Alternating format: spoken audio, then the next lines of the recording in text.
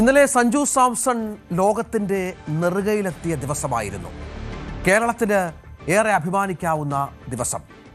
കളിച്ചു തുടങ്ങിയ ദിവസം മുതൽ, രാജ്യത്തിനായി കളിക്കാൻ സ്വപ്നം കണ്ടത് മുതൽ ഞാൻ കാത്തിരുന്ന ദിവസമാണത്. വളർച്ചയും വീഴ്ചകളും നിറഞ്ഞ പ്രത്യേക യാത്രയായിരുന്നു എൻ്റേത്. പക്ഷേ ഞാൻ എന്നെ തന്നെ സംശയിച്ചുകൊണ്ടേയിരുന്നു. എങ്ങനെയാകും, പറ്റുമോ എന്നൊക്കെ ചിന്തിച്ചുകൊണ്ടിരുന്നു. പക്ഷേ ആ വിശ്വാസം കൈവിട്ടില്ല. ഇന്ന് എന്നെ അനുഗ്രഹിച്ച ദൈവത്തിന് മുന്നിൽ എന്നെ പിന്തുണച്ച എല്ലാവർക്കും ഞാൻ നന്ദി അറിയിക്കുകയാണ്. വികാരനിർഭരമായി സഞ്ജു ഇത് പറഞ്ഞപ്പോൾ ആരാധക ലക്ഷങ്ങൾ ആത്മവിശ്വാസത്തിൻ്റെ കൊടുമുടിയിലെത്തി, അല്ലെങ്കിൽ ഗാലറികൾ പ്രകമ്പനം കൊണ്ടു. പലപ്പോഴും പല പ്രതിരോധങ്ങളും പല പ്രശ്നങ്ങളും പ്രതിസന്ധികളും ആഞ്ഞടിക്കുമ്പോഴും തളരാതെ ഒരാൾ നടത്തിയ പോരാട്ടമാണ് ഇന്നലെ ഫലം കണ്ടത്. സ്വന്തം ജില്ലയിൽ ജന്മസ്ഥലത്ത് സഞ്ജു കളിച്ചു വളർന്ന കാര്യവട്ടം ഹബിൽ അപമാന ഭാരത്താൽ തലതാഴ്ത്തി നിന്നൊരു ദിവസമുണ്ട് സഞ്ജുവിന്. വിക്കറ്റ് കീപ്പിങ്ങിനായി ഗ്ലൗ ഇട്ടുവന്ന സഞ്ജുവിനെ കോച്ച് തിരിച്ചു വാങ്ങി ഇഷാന്ത് കിഷൻ നൽകിയ ആ ദിവസം. ഭൂതകാലം മുറിവേൽപ്പിക്കുമ്പോഴും ഇടറാതെ മുന്നോട്ട് കുതിക്കാൻ അയാൾക്ക് കഴിഞ്ഞു. ദക്ഷിണാഫ്രിക്കെതിരായ സൂപ്പർ 8 മത്സരത്തിന് മുൻപ് ഇന്ത്യൻ ക്യാപ്റ്റനോട് സൂര്യകുമാർ യാദവിനോട് ചോദിച്ചപ്പോൾ എങ്ങനെ സഞ്ജുവിനെ കളത്തിലിറക്കുമെന്നായിരുന്നു മറുപടി. ഞാൻ മറ്റു താരങ്ങളെ മാറ്റണമോ എന്ന് കളിയാക്കുന്ന വിധത്തിൽ ചോദിച്ച ഒരു ക്യാപ്റ്റനെ നമ്മൾ കണ്ടു. പക്ഷേ പിന്നീട് ആ ക്യാപ്റ്റൻ സഞ്ജു വെസ്റ്റ് ഇൻഡീസിനെതിരായ മത്സരത്തിന് ശേഷം അഭിമാനപൂർവ്വം തിരിച്ചു വരുമ്പോൾ തൊപ്പിയൂരി സഞ്ജുവിനെ സ്വാഗതം ചെയ്യുന്ന കാഴ്ചയും നമ്മൾ കണ്ടു. അങ്ങനെ ഇതിഹാസങ്ങൾ ഒരു നിമിഷം കൊണ്ട് ഉണ്ടാകുന്നു, ഒരു നിമിഷം കൊണ്ട് അവർ ലോകത്തിൻ്റെ നെറുകയിലെത്തുന്ന പശ്ചാത്തലമൊക്കെയാണ് നമ്മൾ കണ്ടത്.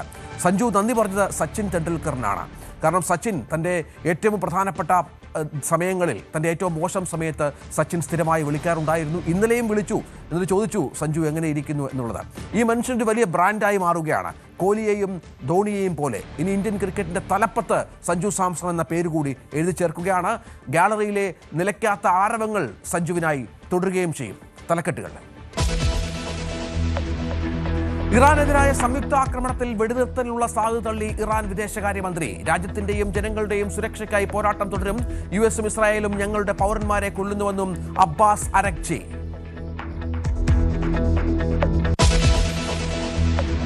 മുസ്തഫ ഖമനിയെയും വധിക്കുമെന്ന് ഇസ്രായേൽ.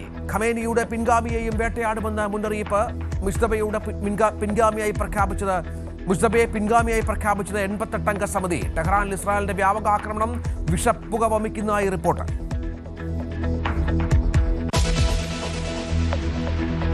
ഗൾഫ് രാജ്യങ്ങളിൽ ഇറാൻ ആക്രമണം രൂക്ഷം. സൗദി അറേബ്യയിലും കുവൈറ്റിലും UAE-യിലുമായി 5 പേർ കൊല്ലപ്പെട്ടു. സൗദിയിൽ മരിച്ചതിൽ ഇന്ത്യക്കാരനും കുവൈറ്റിൽ 2 സുരക്ഷാ ഉദ്യോഗസ്ഥരും മരിച്ചു. ബഹ്റൈനിലെ കുടിവെള്ള ശുദ്ധീകരണ പ്ലാന്റിന് നേരെയും ആക്രമണം.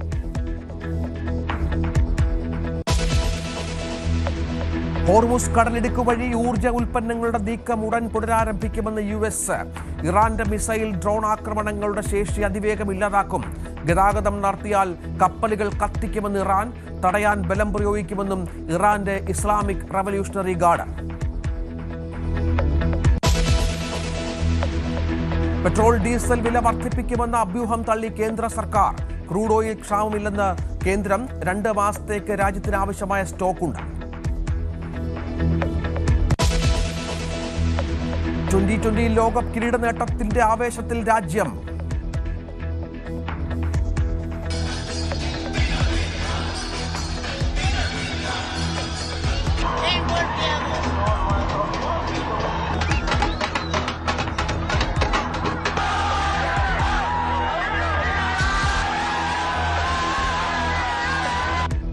അഹമ്മദാബാദിൽ ടീം ഇന്ത്യ കുറിച്ചത് 2020 ചരിത്രത്തിലെ റെക്കോർഡുകൾ. 3 തവണ ചാമ്പ്യന്മാരാകുന്ന ആദ്യ ടീം.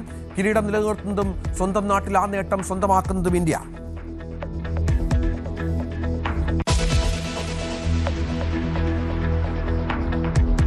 ടീം ഇന്ത്യയുടെ വിജയശില്പിയായി Sanju Samson player of the ടൂർണമെന്റായി.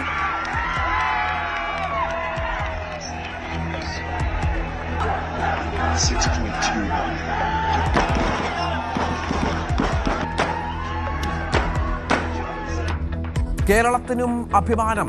സഞ്ജുവിന്റെ ജന്മനാടായ വിഴിഞ്ഞത്ത് വൻ ആഘോഷം. സഞ്ജു നേടിയ തുടർച്ചയായ 3 അർദ്ധ സെഞ്ചുറികൾ. ടൂർണമെന്റിലെ സിക്സറുകളുടെ എണ്ണത്തിലും റെക്കോർഡ്.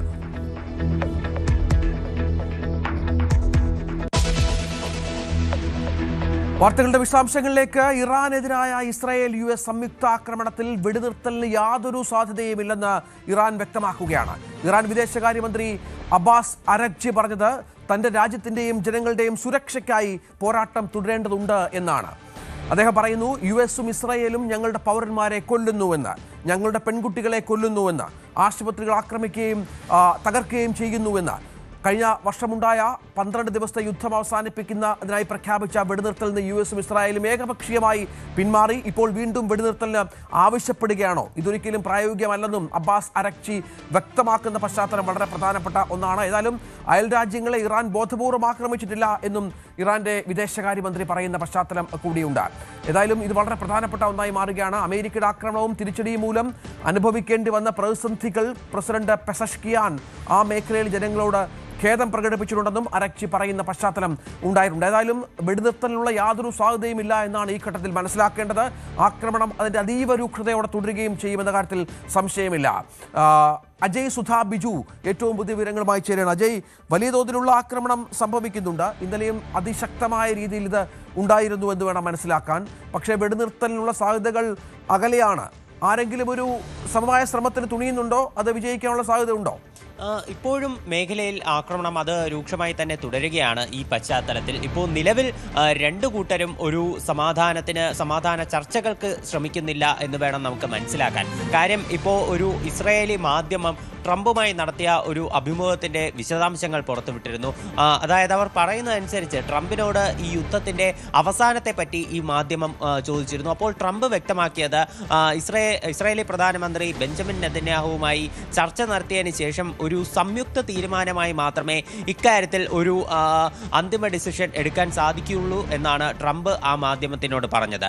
എന്നാൽ അതുപോലെ തന്നെ ഈ പുതിയ നേതാവ് മുജ്തബ അലി ഖമനേയെ പുതിയ പരമോന്നത നേതാവായി തെരഞ്ഞെടുത്ത വിഷയത്തിലും ട്രംപിനോട് ചോദ്യമുണ്ടായിരുന്നു. അപ്പോൾ ട്രംപ് ആ ഒരു കാര്യത്തിനോട് പ്രതികരിച്ചത് നമുക്ക് ഇത് വരുന്ന വഴിക്ക് കാത്തിരുന്ന് കാണാം എന്നാണ് ആ ഒരു വിഷയത്തിനോട് ട്രംപ് പ്രതികരിക്കുകയുണ്ടായത്. അപ്പോൾ ഈ രണ്ട് കാര്യങ്ങളിലും കൃത്യമായ ഒരു ഉത്തരം പറയാതെ ട്രംപ് ഒഴിഞ്ഞു മാറുകയാണ് ഉണ്ടായത്. അതായത് യുദ്ധം എന്ന് അവസാനിക്കും എന്നതിനെ പറ്റിയിട്ട് US-ഉം അതുപോലെ തന്നെ ഇസ്രായേലും കൃത്യമായ സൂചന നൽകുന്നില്ല. IRGCയുടെ ഭാഗത്ത് നിന്ന് കഴിഞ്ഞ ദിവസം വളരെ ശക്തമായ ഒരു സ്റ്റേറ്റ്മെന്റ് വന്നത് ഇനിയും 6 മാസം ഇതേ നിലവാരത്തിൽ തന്നെ യുദ്ധം ചെയ്യാനുള്ള ശേഷി ഞങ്ങൾക്കുണ്ട് എന്നാണ് അവർ അവകാശപ്പെട്ടത്. ഞങ്ങളുടെ കയ്യിൽ നിരവധി അഡ്വാൻസ്ഡ് ആയിട്ടുള്ള ദീർഘദൂര മിസൈലുകൾ ഇപ്പോഴും തങ്ങളുടെ പക്കലുണ്ട്. ഇതുവരെ ഉപയോഗിച്ചത് ഫസ്റ്റ് ജനറേഷൻ സെക്കൻഡ് ജനറേഷൻ മിസൈലുകൾ മാത്രമാണ് എന്നുമാണ് IRGC അവകാശപ്പെട്ടത്. ഇപ്പോൾ പുതിയ പരമോന്നത നേതാവായിട്ട് മുജ്തബ ഖമനേയെ തെരഞ്ഞെടുത്തതിന് ശേഷം ഇറാൻ അടുത്ത ഘട്ട ആക്രമണങ്ങൾക്ക് തുടക്കമിട്ടു എന്നുള്ള വിവരങ്ങളും പുറത്തു വരുന്നുണ്ട്. അവരുടെ നാഷണൽ ബ്രോഡ്കാസ്റ്റ് മീഡിയ ഒരു ടെലഗ്രാം പോസ്റ്റ് ഇട്ടതിൽ പുതിയ നേതാവിൻ്റെ അനുഗ്രഹത്തോടെ ആക്രമണങ്ങൾ ഇപ്പോൾ ആദ്യഘട്ട ആക്രമണങ്ങൾക്ക് തുടക്കമായി എന്നാണ് പറയുന്നത്. അതായത് പുതിയ നേതാവിൻ്റെ കീഴിലുള്ള ആദ്യ ആക്രമണം അത് തന്നെയാണ് അവരുടെ നാഷണൽ മീഡിയയും വ്യക്തമാക്കുന്നത്. ഇതിൻ്റെ ഭാഗമായിട്ട് ഇസ്രായേലിലേക്കും അതുപോലെ പല ഗൾഫ് രാജ്യങ്ങളിലേക്കും പുതിയ മിസൈലുകളും ഡ്രോണുകളും വിക്ഷേപിച്ചിട്ടുണ്ട്. ഏറ്റവും പുതുതായിട്ട് നമുക്ക് ചില അനിഷ്ട വാർത്തകൾ കേൾക്കുന്നത് ബഹ്റൈനിൽ നിന്നാണ്. അവിടെ ഉണ്ടായിട്ടുള്ള ഒരു ഡ്രോൺ ആക്രമണത്തിൽ 32 പേർക്ക് പരിക്കേറ്റു എന്നാണ് വിവരം ലഭിക്കുന്നത്. പരിക്കേറ്റവരിൽ നിരവധി സ്ത്രീകളും കുട്ടികളും അടക്കമുണ്ട്. 2 വയസ്സുള്ള ഒരു കുട്ടിക്ക് പരിക്കേറ്റതായിട്ടാണ് വിവരം. അതുപോലെ തന്നെ 17 വയസ്സുള്ള ഒരു പെൺകുട്ടിയുടെ തലയിലും അതുപോലെ കണ്ണിനും പരിക്കേറ്റിട്ടുണ്ട്. ഇവരുടെ അവസ്ഥ ഗുരുതരമായി ഇപ്പോൾ ചികിത്സയിലാണ് എന്നാണ് അറിയാൻ സാധിച്ചിട്ടുള്ളത്. മേഖലയിൽ വലിയ രീതിയിലുള്ള കുവൈറ്റിലും സ്ഫോടന ശബ്ദങ്ങൾ കേട്ടതായിട്ടാണ് ഇപ്പോൾ നിലവിലുള്ള റിപ്പോർട്ടുകൾ സൂചിപ്പിക്കുന്നത്. അതുപോലെ ഇന്ന് രാവിലെ നമ്മൾ കേട്ടത് സൗദി അറേബ്യയിൽ നിന്ന് നിരവധി അനിഷ്ട വാർത്തകളെല്ലാം വന്നിരുന്നു. അവിടെയുള്ള അൽ ഖുർജിൽ ഒരു ഇന്ത്യൻ പൗരനും ബംഗ്ലാദേശി പൗരനും കൊല്ലപ്പെടുകയും അതുപോലെ 12 പേർക്ക് പരിക്ക് പറ്റുകയും ചെയ്തിരുന്നു. ഇവിടെ ഒരു ഡ്രോൺ ഇത്തരത്തിൽ ഇന്റർസെപ്റ്റ് ചെയ്ത് നശിപ്പിച്ചപ്പോൾ ഈ ഡ്രോണിൻ്റെ അവശിഷ്ടം ഒരു റെസിഡൻഷ്യൽ ബിൽഡിങ്ങിലേക്ക് വീഴുകയും ഈ ബിൽഡിംഗ് തകർന്നാണ് ഇത്തരത്തിൽ 2 പേരുടെ മരണത്തിനും അതുപോലെ 12 പേർക്ക് പരിക്കേൽക്കുന്ന ഒരു സംഭവത്തിനും കാരണമായത്. സൗദിയിൽ ഈ ഇത്തരത്തിൽ ആക്രമണം ശക്തമായതോടെ സൗദിയിലെ ഇപ്പോൾ റിയാദിലുള്ള ആസ്ഥാനത്തുള്ള US എംബസിയിലെ ജീവനക്കാരോട് എത്രയും വേഗം ഇവിടെ മൊഴിഞ്ഞ് തിരിച്ച് US-ലേക്ക് വരണമെന്നാണ് US-ന്റെ ഭാഗത്തു നിന്നുള്ളൊരു നിർദ്ദേശം എന്ന് പറയുന്നത്. അതായത് എമർജൻസി സേവനങ്ങൾ ഒഴിച്ച് മറ്റെല്ലാ നയതന്ത്ര ഉദ്യോഗസ്ഥരോടും കുടുംബത്തോടൊപ്പം US-ലേക്ക് തിരിച്ചെത്തണമെന്നാണ് കർശന നിർദ്ദേശം നൽകിയിട്ടുള്ളത്. അതുപോലെ തന്നെ ഷ്യാബ എണ്ണപ്പാടത്തിന് നേരെയും ആക്രമണം ഉണ്ടായിട്ടുണ്ട്. ഇതൊരു മിസൈൽ ആക്രമണമായിരുന്നു. ഇത് കൃത്യമായി ഇന്റർസെപ്റ്റ് ചെയ്ത് നശിപ്പിച്ചതായിട്ടാണ് വിവരം ലഭിക്കുന്നത്. എങ്കിലും സൗദിയിലെ സാഹചര്യവും ഇപ്പോൾ ഒരു ഗുരുതരം തന്നെയാണ്. ഖത്തർ എലിവേറ്റഡ് എമർജൻസി അലേർട്ട് പ്രഖ്യാപിച്ചിട്ടുണ്ട്. എല്ലാവരുടെയും അവിടെയുള്ള എല്ലാ പൗരന്മാരുടെയും മൊബൈൽ ഫോണുകളിലേക്ക് സന്ദേശം ഇതിനോടകം എത്തിയിട്ടുണ്ട്. എല്ലാവരും കെട്ടിടങ്ങൾക്കുള്ളിൽ തന്നെ തുടരണം എന്നാണ് നിർദ്ദേശം. തുറസായ സ്ഥലങ്ങളിലൊന്നും നിൽക്കരുതെന്നും കർശന നിർദ്ദേശം നൽകിയിട്ടുണ്ട്. അപ്പോൾ പുതിയ നേതാവായിട്ട് മുജിതബ ഖമനയി തെരഞ്ഞെടുക്കപ്പെട്ടതിന് പിന്നാലെ ഇസ്രായേലിലേക്കും ഗൾഫ് രാജ്യങ്ങളിലേക്കും ആക്രമണം കടുപ്പിക്കുന്ന ഇറാനെയാണ് ഇപ്പോൾ നമുക്ക് കാണാനാകുന്നത്. തീർച്ചയായും അജയ്, അയത്തുള്ള അലി ഖമേനിയുടെ പിൻഗാമിയായി ഇന്നലെയാണ് മുജ്തബ ഖമേനിയെ ഇറാനിലെ പുതിയ പരമോന്നത നേതാവായി തെരഞ്ഞെടുത്തത്. അയത്തുള്ള ഖമേനിയുടെ രണ്ടാമത്തെ മകൻ കൂടിയാണ് മുജ്തബ. നമുക്കറിയാം, പരമോന്നത നേതാവിനെ തെരഞ്ഞെടുക്കുന്നതിനുള്ള 88 അംഗ സമിതിയാണ് അദ്ദേഹത്തെ പിൻഗാമിയായി പ്രഖ്യാപിച്ചത്. ടെഹ്റാൻ സമയം അർദ്ധരാത്രിയോടെ ഈ സുപ്രധാന പ്രഖ്യാപനം ഉണ്ടാവുകയായിരുന്നു. ഈ പ്രഖ്യാപനത്തോടെ രാജ്യത്തെ എല്ലാ കാര്യങ്ങളിലും അന്തിമ തീരുമാനം കൈക്കൊള്ളുന്നതിനുള്ള അധികാരമാണ് മുജ്തബയ്ക്ക് ലഭിച്ചിരിക്കുന്നത്. പരമോന്നത നേതാവ് എന്ന പദവി ഇറാനിലെ ഏറ്റവും ഉയർന്ന രാഷ്ട്രീയ മതപരമായ അധികാരമാണ്. എല്ലാ രാഷ്ട്രീയ കാര്യങ്ങളിലും അന്തിമ തീരുമാനം എടുക്കാം. പുതിയ നേതാവിനെ സംബന്ധിച്ച തീരുമാനം വിദഗ്ധ സമിതി എടുത്തിട്ടുണ്ടെന്ന് കഴിഞ്ഞ ദിവസത്തെ റിപ്പോർട്ടുകൾ പുറത്തു വന്നിരുന്നു. അങ്ങനെ തന്നെ ആകുമെന്ന കാര്യം ഉറപ്പായിരുന്നു. നമുക്കറിയാം, മുജ്തബയുമായി ബന്ധപ്പെട്ട ഇസ്രായേലിന്റെ പുതിയ പ്രഖ്യാപനം മുജ്തബയെയും തീർക്കുമെന്നുള്ളതാണ്. ആര് പരമോന്നത നേതാവായി വന്നാലും ആര് നേതൃത്വത്തിൽ വന്നാലും അവർക്കെതിരെ നടപടി ഉണ്ടാകും. കാത്തിരിക്കൂ എന്നാണ് ഇസ്രായേൽ പറയുന്നത്. മുജ്തബയും ഇപ്പോൾ സുരക്ഷിത കേന്ദ്രത്തിലായിരിക്കുമല്ലോ അജയ്. മുജ്തബ അതിനുശേഷം നമ്മൾ പബ്ലിക് സ്പേസിലൊന്നും കണ്ടിട്ടില്ല. അങ്ങനെ ഒരു പ്രശ്നം കൂടിയുണ്ട്. ഈ ആക്രമണങ്ങൾക്ക് ശേഷം മുജ്തബയെ വധിക്കുമെന്ന് ഇസ്രായേൽ ശപഥമെടുത്തിരിക്കുകയാണെന്ന് തോന്നുന്നു. തീർച്ചയായിട്ടും ഇപ്പോൾ ഇറാൻ അത്തരത്തിൽ തന്നെയാണ് നിലവിലുള്ള പ്രതികരണങ്ങൾ നടത്തിയിട്ടുള്ളത്. അവർ ആരെ പുതിയ നേതാവായി തെരഞ്ഞെടുത്താലും പ്രശ്നമില്ല.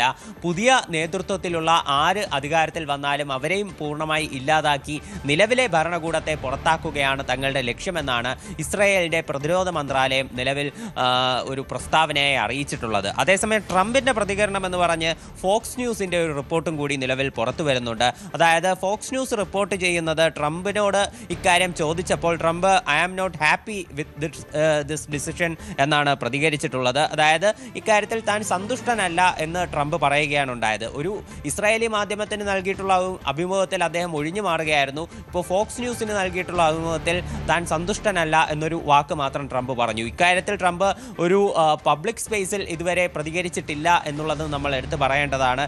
ഈ മാധ്യമങ്ങൾക്ക് നൽകിയിട്ടുള്ള കമൻറ്റുകളിൽ മാത്രമാണ് ഇത്തരത്തിൽ സ്ഥിരീകരണം ഉണ്ടായിട്ടുള്ളത്. ഒരു അദ്ദേഹത്തിൻ്റെ മറ്റ് പ്രതികരണങ്ങളോ ഒന്നും തന്നെ നിലവിൽ നമുക്ക് ഒരിടത്തിൽ ലഭ്യമല്ല.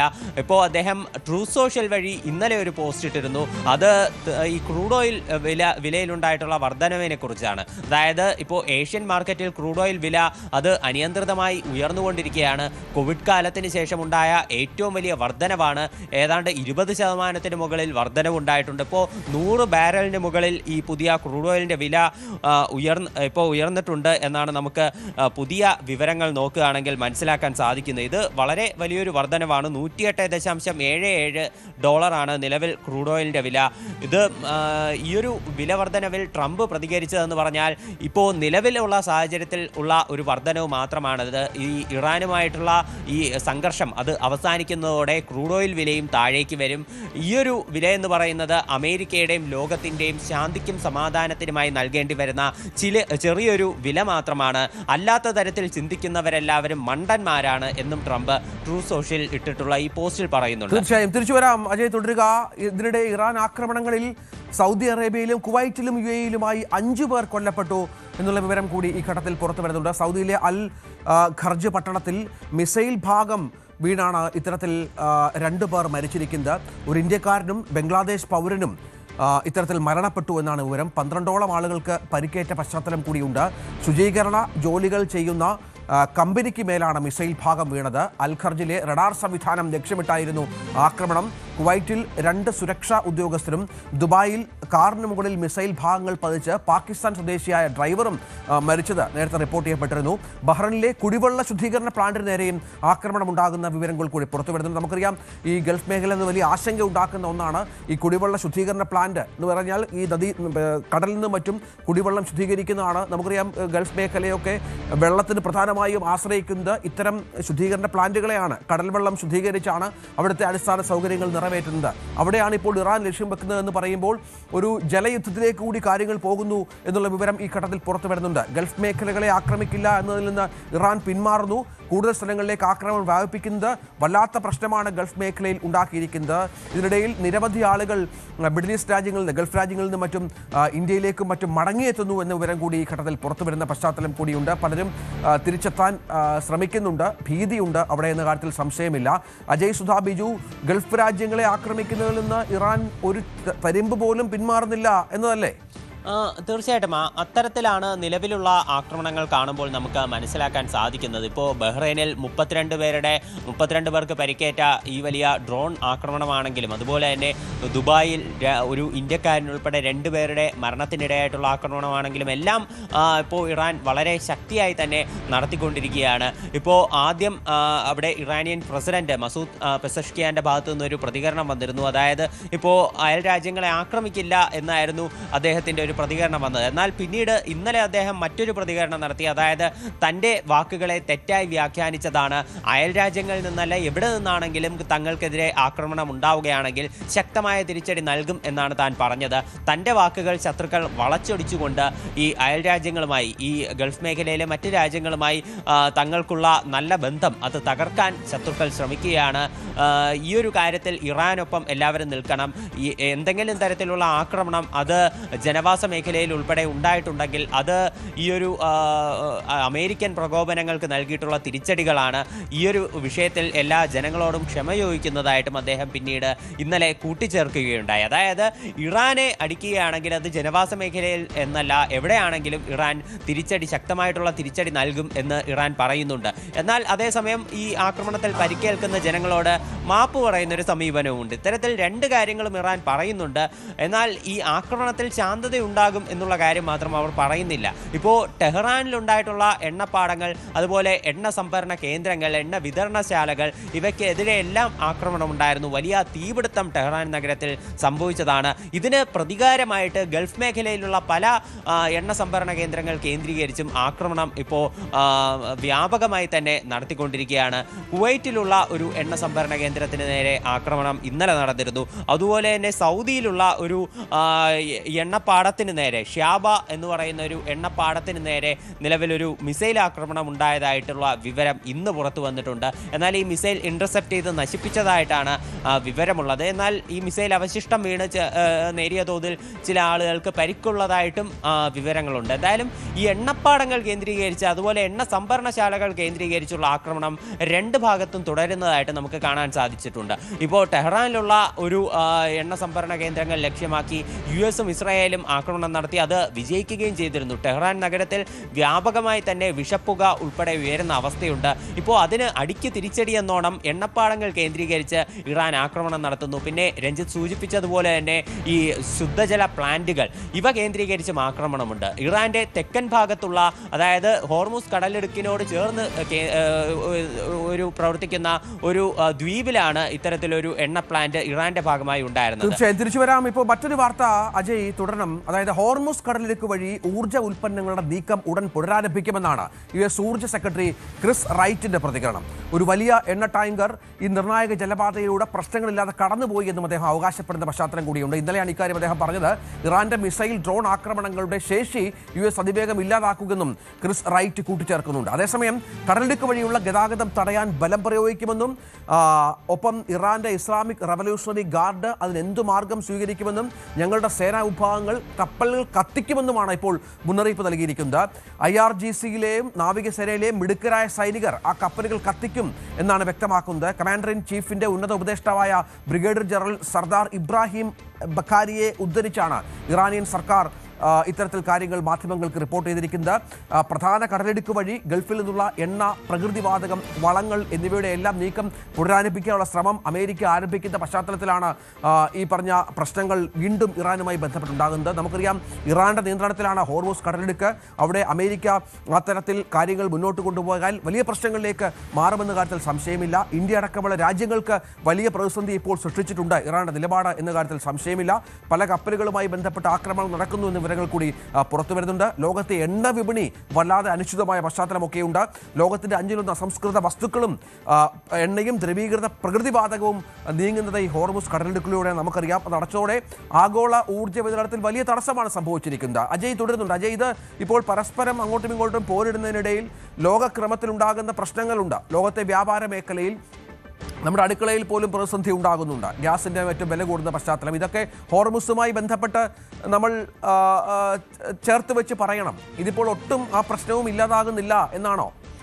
ഇപ്പോൾ ട്രംപ് ഇക്കാര്യത്തിൽ ഒരു നിഷേധാത്മക സമീപനമാണ് നിലവിൽ സ്വീകരിച്ചിട്ടുള്ളതെന്ന് നമുക്ക് കാണാൻ സാധിക്കും. അതായത് അദ്ദേഹത്തിൻ്റെ പോസ്റ്റ് വഴി ഈ ഒരു വിലവർധനവെന്ന് പറയുന്നത് അത് ലോക സമാധാനത്തിന് വേണ്ടി നൽകുന്ന ആ ചെറിയ വില എന്ന് പറഞ്ഞുകൊണ്ടാണ് ട്രംപ് ഇക്കാര്യത്തെ പൂർണ്ണമായിട്ടും തള്ളിക്കളയുന്നത്. പിന്നെ ഹോർമുസ് കടലിടുക്ക് വഴി ഗതാഗതം പുനഃസ്ഥാപിക്കുമെന്നും അതുപോലെ തന്നെ അവിടെ കപ്പലുകൾക്ക് അകമ്പടിയായിട്ട് US നേവി അവരുടെ വാഹനങ്ങൾ നൽകും എന്നതടക്കമുള്ള പ്രസ്താവനകൾ നിരന്തരമായി US-ന്റെ ഭാഗത്തു നിന്നുണ്ടാകുന്നുണ്ട്. ആദ്യം പ്രസിഡന്റ് ഡൊണാൾഡ് ട്രംപിന്റെ ഭാഗത്തു നിന്നാണ് ഇത്തരം ഒരു പ്രസ്താവന വന്നത്. പിന്നീട് ഈ വാഷിംഗ്ടൺ US ഇപ്പോൾ വൈറ്റ് ഹൗസ് പ്രസ് സെക്രട്ടറി ആയിട്ടുള്ള കരോലിൻ ലെവിറ്റിന്റെ ഭാഗത്തു നിന്ന് മറ്റൊരു പ്രസ്താവന വരുന്നു. അതിനുശേഷമാണ് ഇപ്പോൾ വീണ്ടും പുതിയ വാദവുമായി അമേരിക്ക രംഗത്തെത്തിയിട്ടുള്ളത്. എന്നാൽ നിലവിൽ ഈ മേഖലയിൽ അമേരിക്ക ഒരു സുരക്ഷ വർദ്ധിപ്പിച്ചതായിട്ടോ അല്ലെങ്കിൽ ഈ കപ്പലുകളെ സുരക്ഷിതമായി ഈ മേഖലയിലൂടെ കടത്തിവിടാൻ തക്കവണ്ണമുള്ള എന്തെങ്കിലും മാർഗങ്ങൾ ഇപ്പോൾ അവലംബിച്ചതായിട്ടോ ഒരു വിവരവും നമുക്ക് ലഭ്യമായിട്ടില്ല. ഇപ്പോൾ ഇറാനോട് ചൈന വരെ അഭ്യർത്ഥിച്ചിരുന്നു ഹോർമുസ് കടലിടുക്ക് വഴിയുള്ള ഗതാഗതം പുനഃസ്ഥാപിക്കണം, അത് ഈ വ്യാപാരം അത് പഴയ ഗതിയിലാക്കണം എന്ന് ഇറാനോട് ചൈന വരെ അഭ്യർത്ഥിച്ചിരുന്നു. ചൈന ഇറാനോടൊപ്പം പൂർണ്ണമായി നിലകൊള്ളുന്ന രാജ്യമാണ്. അവരുടെ ഇപ്പോൾ ഈ അമേരിക്കയും ഇസ്രായേലും ആക്രമിച്ചതിനെ അപലപിക്കുകയും ഈ ഇറാന്റെ തിരിച്ചടിയെ ന്യായീകരിക്കുകയും ചെയ്യുന്ന രാജ്യമാണ് ചൈന. എന്നിട്ട് പോലും അവരുടെ ഒരു ഒപ്പം നിൽക്കുന്ന രാജ്യമായിട്ട് പോലും ചൈന പറഞ്ഞിട്ട് പോലും ഇറാൻ ആ ഒരു പാത തുറന്നു നൽകാൻ നിലവിൽ അവർ സമ്മതിച്ചിട്ടില്ല. ഈ മേഖലയിലൂടെ കടന്നു പോകുന്ന കപ്പലുകൾക്ക് നേരെ കടുത്ത രീതിയിലുള്ള ആക്രമണം തന്നെ അവർ നടത്തിക്കൊണ്ടിരിക്കുകയാണ്. US സൈനികർ US കപ്പൽ ഇതുവഴി കടന്നുപോയി മറ്റ് കപ്പലുകൾക്ക് സുരക്ഷ ഒരുക്കുകയാണെങ്കിൽ തങ്ങൾ മൈനുകൾ ഉപയോഗിച്ച് അത് തകർക്കും എന്നുള്ളൊരു ഭീഷണി കൂടി ഇപ്പോൾ ഇറാൻ നൽകുന്നുണ്ട്. അതായത് മുൻപ് ഇറാഖ് യുദ്ധ സമയത്ത് കുവൈറ്റ് കപ്പലിന് അകമ്പടിയായിട്ട് പോയിട്ടുള്ള US-ന്റെ ബ്രിസ്റ്റൺ കോൺവോയ്, അതിനെപ്പറ്റി US ഓർക്കണം, എന്നിട്ട് വേണം ഇത്തരം കാര്യങ്ങളൊക്കെ എടുത്ത് ചാടാൻ എന്നൊരു പരിഹാസ രൂപേണയുള്ളൊരു കമൻറ്റും IRGCയുടെ ഭാഗത്തു നിന്നുണ്ടാകുന്നുണ്ട്. എന്തായാലും ഈ ഹോർമുസ് വഴി ഗതാഗതം പുനഃസ്ഥാപിക്കാൻ അല്ലെങ്കിൽ വ്യാപാരം പുനരാരംഭിക്കാൻ ഒരു ശക്തികളും ഇപ്പോൾ ഇസ്രായേലാണെങ്കിലും അമേരിക്കയാണെങ്കിലും അതുപോലെ മറ്റാരും ആണെങ്കിലും ഈ വിഷയത്തിൽ ഇടപെട്ട ആർക്കും ഇതിൽ ഫലപ്രദമായിട്ടുള്ള ഒരു നടപടി ഇതുവരെ സ്വീകരിക്കാൻ കഴിഞ്ഞിട്ടില്ല എന്നത് വളരെ ഒരു ഖേദകരമായിട്ടുള്ള കാര്യം. തീർച്ചയായും അതാണ് ഹോർമുസിലെ പ്രതിസന്ധി. ശരി, അജയ് സുധാ ബിജുവാണ് വിവരങ്ങൾ പങ്കുവച്ചത്. ഇതിനിടെ US-ഉമായും ഇസ്രായേലുമായുള്ള യുദ്ധം ശക്തമാകുന്നതിനിടെ റഷ്യയുമായുള്ള സഹകരണം തുടരുമെന്നാണ് ഇപ്പോൾ ഇറാൻ വ്യക്തമാക്കിയിരിക്കുന്നത്. NBC ന്യൂസിന്റെ മീറ്റ് ദ പ്രസ് പരിപാടിയിൽ നൽകിയ അഭിമുഖത്തിലാണ് വിദേശകാര്യമന്ത്രി ഈ നിലപാട് വ്യക്തമാക്കിയത്. ഇറാനും റഷ്യയും തമ്മിലുള്ള ബന്ധം ദീർഘകാലമായി ഉള്ളതാണെന്നും അതൊരു രഹസ്യമല്ലെന്നും ആരാക്ചി പറഞ്ഞു. ഇറാനും റഷ്യയും തമ്മിലുള്ള സഹകരണം പുതിയ കാര്യമല്ല, അത് രഹസ്യമല്ല. എന്നാൽ റഷ്യ ഇന്റലിജൻസ് സഹായം നൽകുന്നുണ്ടോ എന്ന ചോദ്യത്തിന് അദ്ദേഹം മറുപടി പറഞ്ഞില്ല. അങ്ങനെ പലതരത്തിലുള്ള സഹായങ്ങളുമുണ്ട്, പക്ഷെ അതൊന്നും പബ്ലിക്കായി പറയാനുള്ളതല്ല എന്ന് പറയുമ്പോൾ പശ്ചിമേഷ്യയിൽ സംഘർഷം രൂക്ഷമാകവേ, വെടിനിർത്തലുള്ള സാധ്യതകൾ അകലവേ ഇത്തരത്തിൽ റഷ്യയുമായി തങ്ങൾ സൗഹൃദം തുടരുമെന്നാണ് വ്യക്തമാക്കിയിരിക്കുന്നത് ഇറാൻ. മറ്റൊന്ന്, ഇറാൻ വഞ്ചിച്ചുവെന്ന ഖത്തർ പ്രധാനമന്ത്രിയുടെ പ്രതികരണം കൂടി ഇപ്പോൾ പുറത്തു വന്നിട്ടുണ്ട്. അത് പ്രധാനപ്പെട്ട ഒന്നാണ്. അസോസിയേറ്റഡ് പ്രസിന് നൽകിയ അഭിമുഖത്തിലാണ് ഈ ആരോപണം. യുദ്ധം അവസാനിപ്പിക്കാനുള്ള ശ്രമം എല്ലാ ഭാഗത്തു നിന്നും ഉണ്ടാകണമെന്നും ഷെയ്ഖ് മുഹമ്മദ് ബിൻ അബ്ദുറഹിമാൻ അൽ താനി വ്യക്തമാക്കിയതും ശ്രദ്ധേയമായി.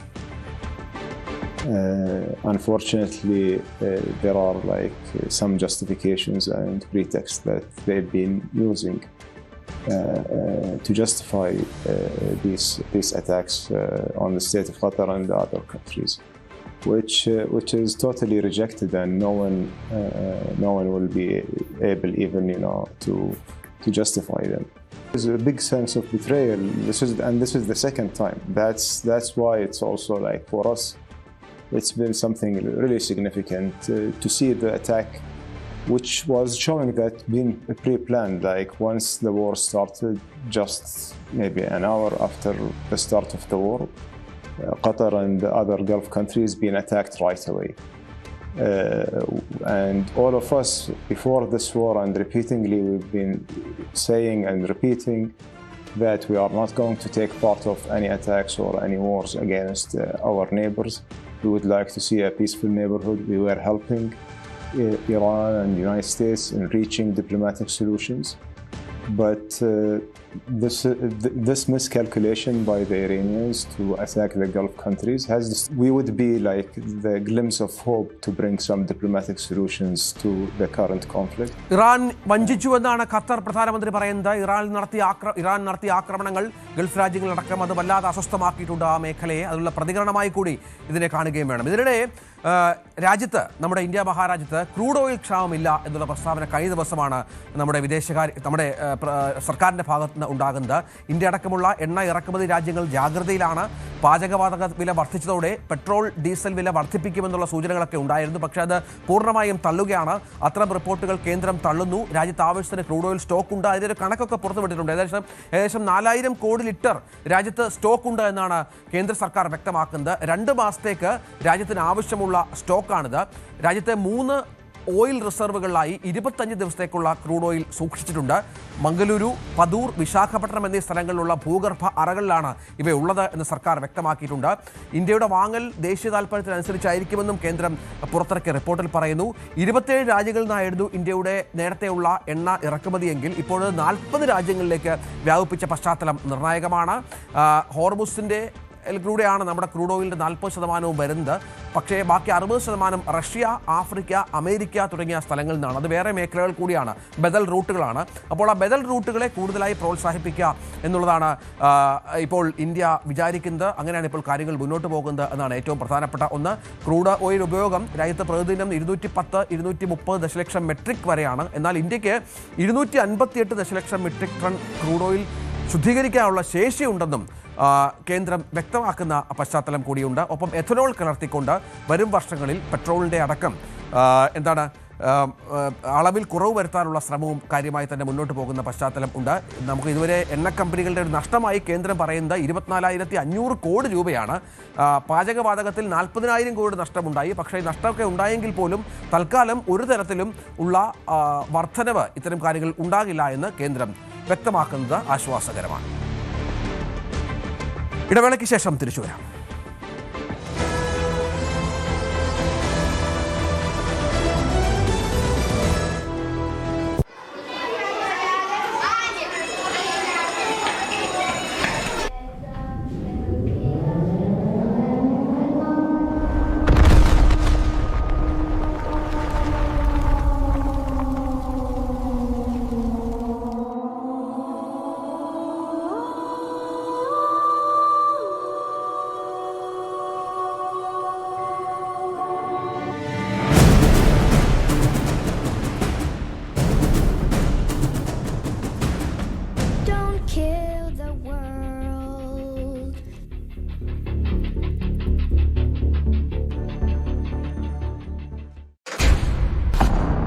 കളിക്കളം റെഡി.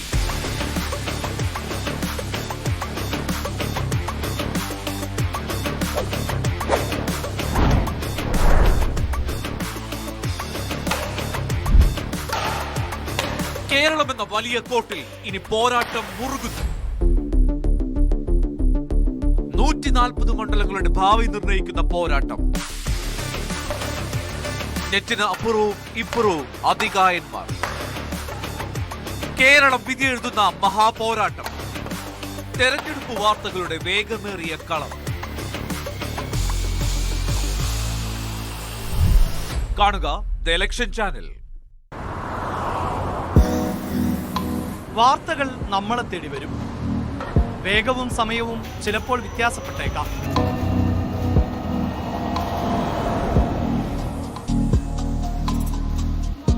ഫ്ലാഷ് ന്യൂസുകളും ബ്രേക്കിംഗ് ന്യൂസുകളും പുറംകാഴ്ചകളായി ഓടിമറയും.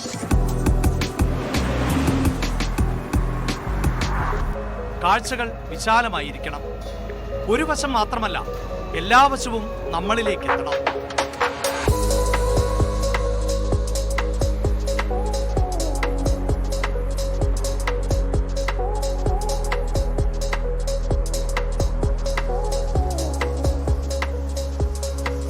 ന്യൂസ് ട്രെൻഡ്സ്, വസ്തുതാപരമായ വിശകലനങ്ങളോടെ വാർത്തയുടെ വിശാലമായ കാഴ്ചയിലേക്ക്.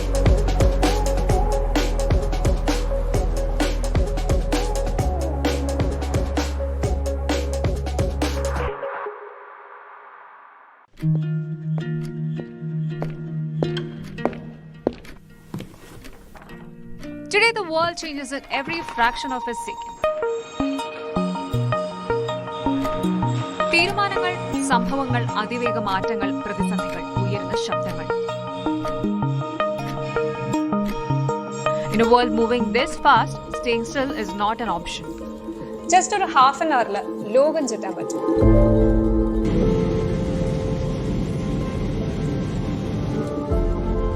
Maybe possible in future.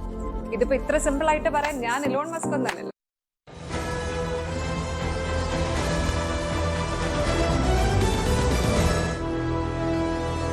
ഇന്നലെ അഹമ്മദാബാദിലെ നരേന്ദ്രമോദി സ്റ്റേഡിയത്തിൽ ഇന്ത്യ നേടിയ വിശ്വവിജയം അത് വലിയ പോരാട്ടത്തിൻ്റെ കഥ കൂടിയാണ്. സഞ്ജു സാംസൺ എന്ന ഒരു പോരാളിയുടെ പോരാട്ടം. ടീമിൽ നിന്ന് മാറ്റി നിർത്തപ്പെട്ട ഒരാൾ പിന്നീട് അവിശ്വസനീയമായി തിരിച്ചു വരുന്നു. അതിനുശേഷം തുടർച്ചയായ 3 കളികളിൽ അർദ്ധസെഞ്ചുറി നേടുന്നു. 2 കളികളിൽ മികച്ച പ്രകടനത്തോടെ ഇന്ത്യയെ ഫൈനലിലെത്തിക്കുന്നു. ഫൈനലിൽ 3ാം T20 കിരീടം നേടുമ്പോഴും സഞ്ജുവിൻ്റെ പ്രകടനം തന്നെയാണ് മികച്ചു നിൽക്കുന്നത് എന്നുള്ളതാണ്. മുന്നിൽ നിന്ന് സഞ്ജു നയിച്ച പോരാട്ടത്തിൽ ന്യൂസിലൻഡിനെ 96 റൺസിനാണ് ഇന്ത്യ തോൽപ്പിച്ചത്. 3ാം T20 ലോകകപ്പ് സ്വന്തമാക്കി ഇന്ത്യ. തുടർച്ചയായി 3 മത്സരങ്ങളിലും അർദ്ധ സെഞ്ചുറി സഞ്ജു നേടുന്ന പശ്ചാത്തലമുണ്ട്. ടൂർണമെന്റിലെ താരമായി സഞ്ജു സാംസൺ പ്രഖ്യാപിക്കപ്പെടുകയാണ്. ടൂർണമെന്റിൽ ഇതുവരെ 5 മത്സരങ്ങൾ മാത്രമാണ് സഞ്ജു കളിച്ചത് എന്ന് ഓർക്കണം. ഒരു അർദ്ധ സെഞ്ചുറി അടക്കം 321 റൺസാണ് സഞ്ജു നേടിയത്. 80.25 ബാറ്റിംഗ് ശരാശരി. പ്രഹരശേഷിയാകട്ടെ ഏതാണ്ട് 200-നടുത്ത് 199.37 സ്ട്രൈക്ക് റേറ്റോട് കൂടിയാണ് സഞ്ജു ഇത്തരത്തിൽ മുന്നോട്ട് വന്നത്. ഈ പ്രകടനമാണ് സഞ്ജുവിനെ ടൂർണമെന്റിലെ താരമാക്കിയത്. ഫൈനലിൽ 46 പന്തിൽ നിന്ന് ഇന്നലെ 89 റൺസാണ് സഞ്ജു എടുത്തത്. ഇന്ത്യൻ നിരയിലെ ടോപ്പ് സ്കോറർ സഞ്ജു ആവുകയാണ്. അങ്ങനെ കലാശപ്പോരിലും ഇന്ത്യയുടെ എല്ലാമായി സഞ്ജു മാറുന്നു. T20 ലോക ഫൈനലിലെ ഒരു താരത്തിന്റെ ഉയർന്ന സ്കോറായി ഇത് മാറുന്നു. ഇംഗ്ലണ്ടിനെതിരെ 85 റൺസ് എടുത്ത വെസ്റ്റ് ഇൻഡീസ് താരം മർലോൺ സാമുവൽസിന്റെയും 2021 ഫൈനലിൽ ഓസ്ട്രേലിയക്കെതിരെ 85 റൺസ് എടുത്ത കീവീസിന്റെ കെയ്ൻ വില്യംസിന്റെയും റെക്കോർഡ് സഞ്ജു മറികടക്കുന്നു. കരുത്തുറ്റ ഇന്നിങ്സോടെ ആണ് സഞ്ജുവിൻ്റെ ഓരോ ഇന്നിങ്സുകളും നമ്മൾ കണ്ടു. ഈ 3 ഇന്നിങ്സുകളും അങ്ങനെ തന്നെയായിരുന്നു. അങ്ങനെ വളരെ പ്രധാനപ്പെട്ട ഒരു ടീം വിജയമായി ഇന്ത്യ മാറുകയാണ്. ഇന്ത്യയുടെ ഓരോ കളിക്കാരനും അതിൽ പ്രത്യേകം പരാമർശിക്കേണ്ടതുണ്ട്. പക്ഷെ സഞ്ജു മുന്നിൽ നിൽക്കുന്നു എങ്കിൽ പോലും നമുക്കറിയാം ജസ്പ്രീത് ബുംറ എന്ന വളരെ പ്രധാനപ്പെട്ട ബൗളറുടെ ചരിത്രം അത് പ്രധാനമായിരുന്നു. ഒപ്പം മറ്റ് നിരവധി ആളുകൾ ഇതുമായി ബന്ധപ്പെട്ട് സംഭാവനകൾ നൽകി. ഇത് ലോകകപ്പിൻ്റെ സ്വപ്നം ഇന്ത്യ സാക്ഷാത്കരിച്ചത് അങ്ങനെ ഒരു ടീം എഫേർട്ടിലൂടെയാണ് എന്നുകൂടി നമ്മൾ ചേർത്ത് വെക്കണം. ഈ ലോകകപ്പ് കിരീടം ഒരു സ്വപ്നം പോലെയാണ് സഞ്ജു സാംസൺ പറയുമ്പോഴും തൻ്റെ തിരിച്ചുവരവിന് പിന്നിൽ സച്ചിൻ തെണ്ടുൽക്കറാണ് എന്ന് സഞ്ജു വ്യക്തമാക്കുകയാണ്. വാക്കുകൾക്കതീതമായി എല്ലാറ്റിനോടും അതിയായ നന്ദിയും കടപ്പാടും പ്രകടിപ്പിക്കുന്ന സഞ്ജു കഴിഞ്ഞ 2 മാസം മുമ്പ് താൻ അനുഭവിച്ച ട്രോമയിൽ നിന്ന് താൻ ഒന്ന് മുക്തനാകാൻ കാരണക്കാരനായത് സച്ചിൻ തെണ്ടുൽക്കറിൻ്റെ ആശ്വാസവും വാക്കുകളുമായിരുന്നു എന്ന് പറഞ്ഞു വെക്കുകയാണ്. സച്ചിൻ എന്ന മഹാനായ മനുഷ്യനെ സഞ്ജു നിരന്തരം സംസാരിച്ചിരുന്നു. തിരിച്ചു വരാൻ എന്തൊക്കെ ചെയ്യണമെന്ന് ചോദിച്ചിരുന്നു. അതിന് വളരെ കൃത്യമായ ഉപദേശങ്ങൾ സച്ചിൻ്റെ ഭാഗത്തു നിന്നുണ്ടാകുന്നു. കഴിഞ്ഞ ദിവസവും സച്ചിൻ സഞ്ജുവിനെ വിളിക്കുകയും എങ്ങനെയുണ്ട് മോനെ എന്ന് ചോദിക്കുകയും ചെയ്തു എന്നാണ് സഞ്ജു പറയുന്നത്. ഇന്നലെ ആ കാര്യം സഞ്ജു വ്യക്തമാക്കിയിരുന്നു. അങ്ങനെ ആകെ തകർന്ന അവസ്ഥയിൽ നിന്നും സ്വപ്നങ്ങൾ നാമാവിശേഷമായ സ്ഥലത്ത് നിന്നും താൻ ഉയർത്തെഴുന്നേറ്റത് സച്ചിൻ്റെ വാക്കുകളാണ് എന്നുള്ളതാണ്. അങ്ങനെ ഇന്ത്യയിലെ ക്രിക്കറ്റ് ദൈവം, നമ്മുടെ ദൈവം, ക്രിക്കറ്റിലെ ദൈവമെന്ന് നമ്മൾ കാണുന്ന സച്ചിൻ സഞ്ജുവിൻ്റെ ദൈവമായി മാറുന്ന പശ്ചാത്തലം കൂടിയുണ്ട്. നമുക്കറിയാം ക്രീസിൽ എന്നും പ്രാർത്ഥിച്ച് ഓരോ ബോളിന് മുൻപ് പ്രാർത്ഥിക്കുന്ന സഞ്ജു ഉണ്ട്. സച്ചിനെ സഞ്ജു ദൈവമായി കാണുകയും ഉപദേശം സ്വീകരിക്കുകയും ചെയ്തപ്പോൾ അദ്ദേഹത്തിൻ്റെ ഉപദേശത്തിനപ്പുറം തനിക്ക് എന്താണ് വേണ്ടത് എന്ന് സഞ്ജു ചോദിക്കുന്ന പശ്ചാത്തലം കൂടിയുണ്ട്. അങ്ങനെ ഇന്ത്യക്കിടെ 3ാമത് കിരീട നേട്ടത്തിൽ, ലോക കിരീട നേട്ടത്തിൽ സച്ചിൻ്റെ പങ്കാളിത്തം കൂടിയുണ്ട് എന്നുള്ളത് ഏറെ അഭിമാനിക്കാവുന്ന, ആദരിക്കാവുന്ന ഒന്നാണ്. ഇതിനിടെ ഗാലറിയിൽ ചില കൗതുകങ്ങളൊക്കെ ഉണ്ടായിരുന്നു. നമുക്കറിയാം ബേസിൽ ജോസഫ് എന്ന മലയാളിയുടെ പ്രിയപ്പെട്ട നടൻ, സംവിധായകൻ. ബേസിലും സഞ്ജു സാംസണും തമ്മിലുള്ള സൗഹൃദമൊക്കെ നമുക്കറിയാം. ഇന്നലെ അഹമ്മദാബാദിലെ നരേന്ദ്രമോദി സ്റ്റേഡിയത്തിലും ബേസിൽ ജോസഫിൻ്റെ സാന്നിധ്യമുണ്ടായിരുന്നു. ബേസിലെത്തത് മറ്റൊന്നിനുമല്ല, സഞ്ജുവിനെ പ്രചോദിപ്പിക്കാൻ, സഞ്ജുവിനെ ആശംസ അറിയിക്കാൻ കൂടിയാണ്.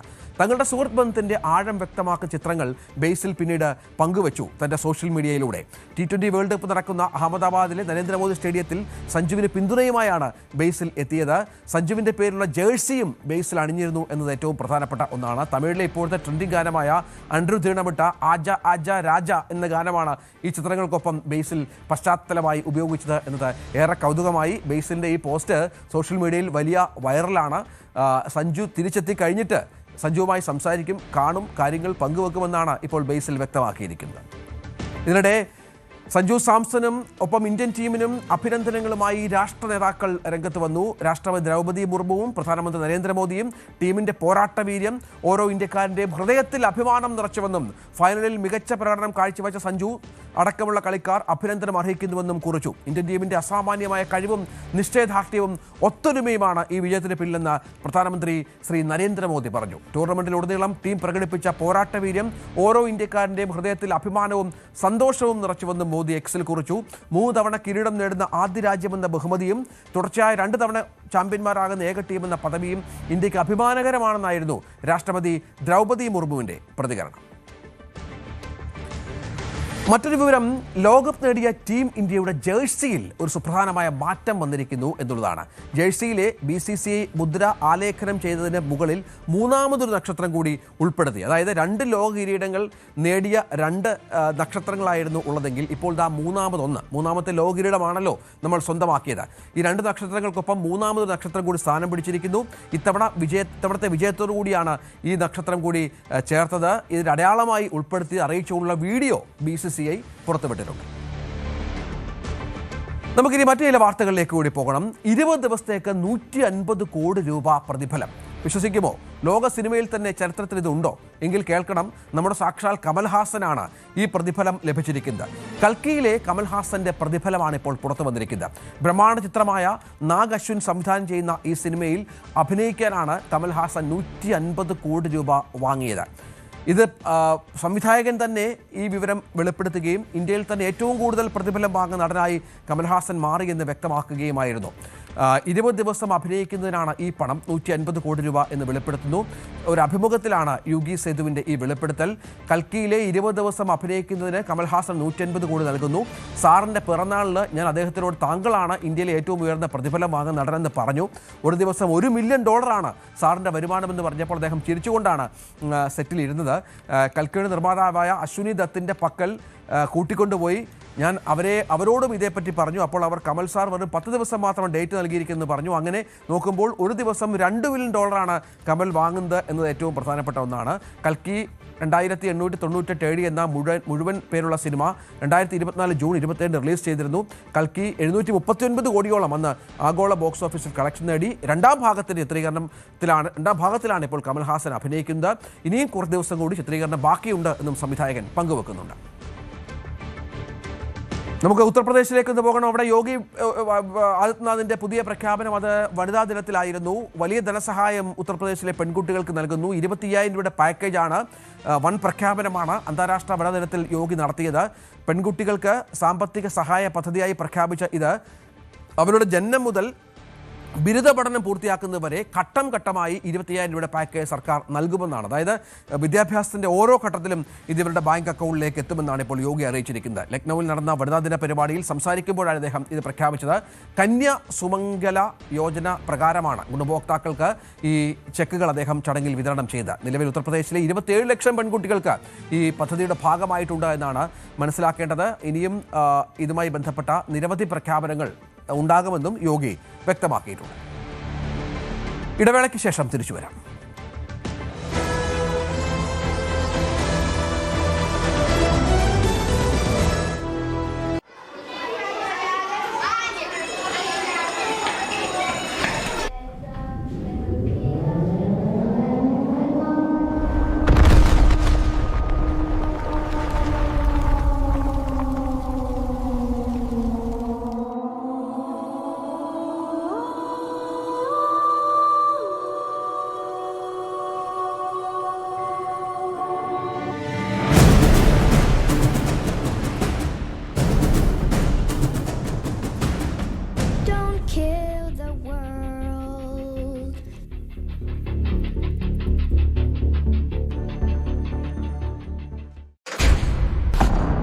കളിക്കളം റെഡി.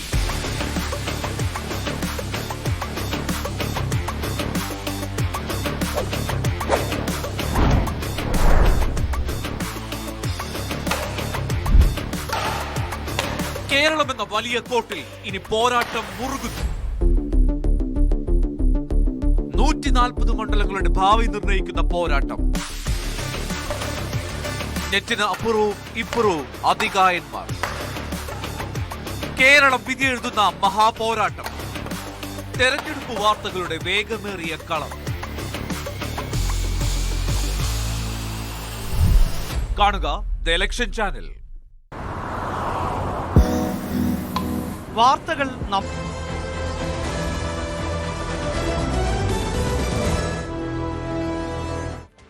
വളരെ പ്രധാനപ്പെട്ട ഒരു വാർത്തയിലേക്ക് തന്നെയാണ് ഇനി കടക്കുന്നത്. തിരുവനന്തപുരം സെൻട്രലിൽ CMP നേതാവ് CP ജോൺ തന്നെ സ്ഥാനാർത്ഥിയാകുമെന്ന വിവരമാണ് ഇഘട്ടത്തിൽ പുറത്തുവരുന്നത്. ജില്ലയിലെ കോൺഗ്രസ് നേതാക്കളുടെ എതിർപ്പ് മറികടന്നുകൊണ്ടാണ് UDF ഇത്തരത്തിലുള്ള തീരുമാനത്തിലേക്ക് എത്തിയിരിക്കുന്നത്. സുരക്ഷിതമായ മറ്റൊരു മണ്ഡലം CMPക്ക് നൽകാനില്ലാത്തതാണ് CP ജോണിന് തുണയായത് എന്നാണ് ഇപ്പോൾ ലഭിക്കുന്ന വിവരം. നമുക്കറിയാം ആന്റണി രാജുവാണ് അവിടുത്തെ MLA ആയിരുന്നത്.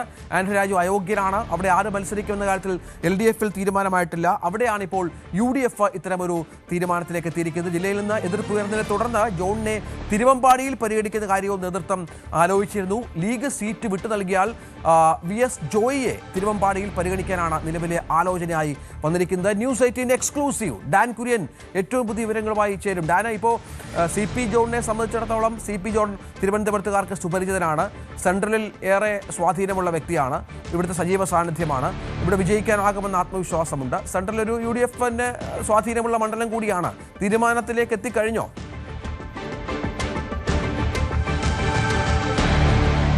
ആഴ്ചകൾ നീണ്ട അനിശ്ചിതത്വങ്ങൾക്കും തർക്കങ്ങൾക്കും ഒടുവിലാണ് തിരുവനന്തപുരം സെൻട്രൽ മണ്ഡലത്തിലെ മത്സരചിത്രം കോൺഗ്രസിന്റെ അല്ലെങ്കിൽ UDFന്റെ സ്ഥാനാർത്ഥി ആരാകുമെന്ന ആകാംക്ഷയ്ക്ക് വിരാമമാകുന്നത്. അതായത് ആന്റണി രാജു അയോഗ്യനാക്കപ്പെട്ടതിന് പിന്നാലെ ഇവിടെ വലിയ ജയസാധ്യത ഉണ്ട് എന്നൊരു വിലയിരുത്തലിലേക്ക് UDF ക്യാമ്പ് എത്തുകയായിരുന്നു. അങ്ങനെയാണ് കൈപ്പത്തി ചിഹ്നത്തിൽ തന്നെ ഒരാൾ ഇവിടെ സ്ഥാനാർത്ഥിയാകണമെന്ന ആവശ്യം ഉന്നയിച്ചുകൊണ്ട് നേരത്തെ തിരുവനന്തപുരത്ത് മത്സരിച്ച് പരാജയപ്പെട്ട VS ശിവകുമാർ, അതോടൊപ്പം തന്നെ ശരത്ചന്ദ്ര പ്രസാദ്, അതോടൊപ്പം K ശബരിനാഥൻ ഉൾപ്പെടെയുള്ള യുവ നേതാക്കളും മുതിർന്ന നേതാക്കളുമൊക്കെ തിരുവനന്തപുരം സെൻട്രൽ മണ്ഡലത്തിനു വേണ്ടി അവകാശവാദം ഉന്നയിച്ച് രംഗത്തെത്തിയിരുന്നു.